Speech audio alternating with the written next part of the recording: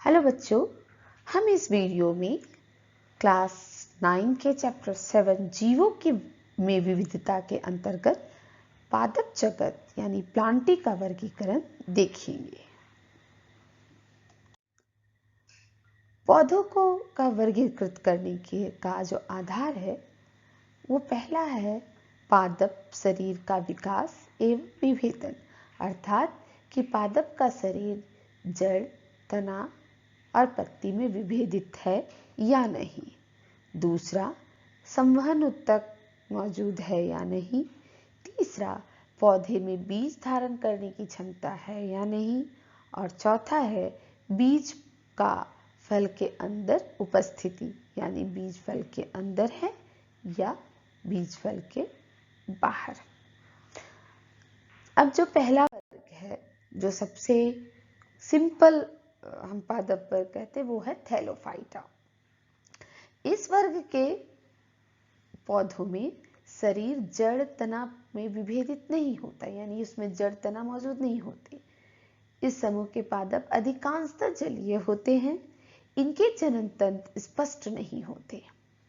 इस समूह को पौधे का शैवाल भी कहा जाता है। आप यूलोथ्रिक्स, स्पाइरोगायरा और कारा में देख सकते हैं। ये शैवाल मुख्यतः इस समूह में आते हैं, थैलोफाइटा में। अब हम दूसरा समूह देखते हैं, ब्रायोफाइटा। इस वर्ग के पौधों में तना और पत्ती जैसी संरचना होती है, लेकिन वास्तविक जड़ का अभाव होता है। इसमें कोई संवहन ऊतक नहीं होता, अर्थात जाइलम फ्लोएम नहीं होते हैं। अधिकांशतः ब्रायोफाइटा में क्लोरोफिल पाए जाते हैं, जिसके कारण ये स्वपोषी होते हैं या स्थलीय होते हैं और छायादार जगह में उगते हैं। इस वर्ग के पौधे को पादप वर्ग का उभयचर कहा जाता है। ये बहुत ही इंपॉर्टेंट क्वेश्चन है जो हमेशा आता है।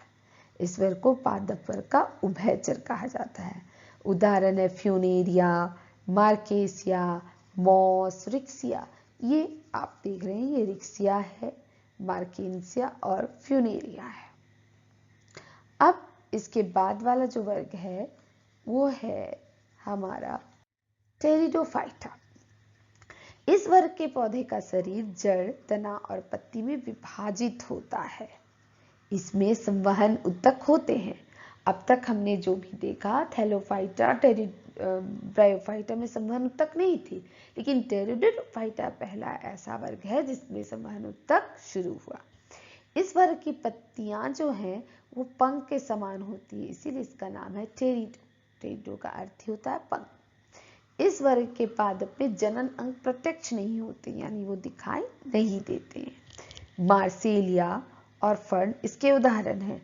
आप अपने घर के आसपास इस जो वर्ग के जो पौधे हैं उनको देख सकते हैं। छोटे छोटे ये पौधे हैं। कुछ सजावटी पौधे के रूप में हम फर्न का भी उपयोग करते हैं।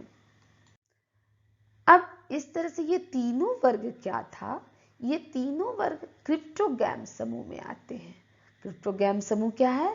पादप वर्ग का वह समूह जिसमें जननांग अप्रत्यक्ष होते हैं, यानी कोई जनन अंग नहीं होते, दिखाई नहीं देते, और जो बीज उत्पन्न करने की क्षमता नहीं होती है, उसमें बीजाणु उत्पन्न होते हैं। उन्हें हम क्रिप्टोगैम्स कहते हैं।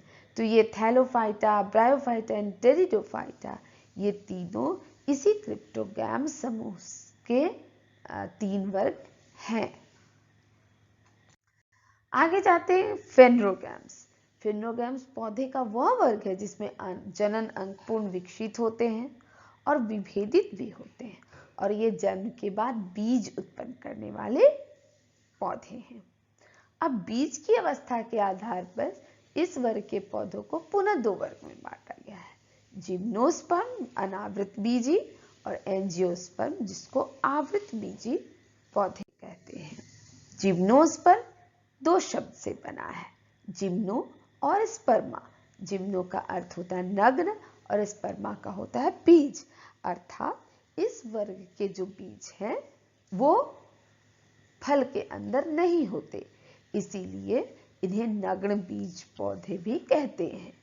और इसके जो पौधे होते हैं वो बहुवर्षीय, सदाबहार और काष्ठीय होते हैं। उदाहरण पाइनस, आप पहाड़ी क्षेत्र में ये पौधा देख सकते हैं। एक सजावटी तौर पर के पौधे के रूप में हम लोग साइकस को भी देखते हैं, जो कि हम लोग सजावटी पौधे के रूप में इसका उपयोग करते हैं। अब आता है एंजियोस्पर्म। एंजियोस्पर्म भी दो शब्दों से बना, एंजियो एंड स्पर्म। एंजियो का अर्थ होता है ढका हुआ और स्पर्म का अर्थ होता है बीज। अर्थात इस वर्ग के पौधे के बीज फल के अंदर होते हैं और इस वर्ग को पुष्पी पादप भी कहते हैं। इसमें भोजन संचय के लिए बीज पत्र होता है और इन बीज पत्रों की संख्या के आधार पर इस एंजियोस्पर्म को हम दो प्रकार में बांटते हैं, एक बीजपत्री और द्विबीजपत्री। ये देखिए एक बीजपत्री का उदाहरण है, आप मकई, धान, गेहूं ये सब में देखते हैं इसमें बीजपत्र एक ही होता है।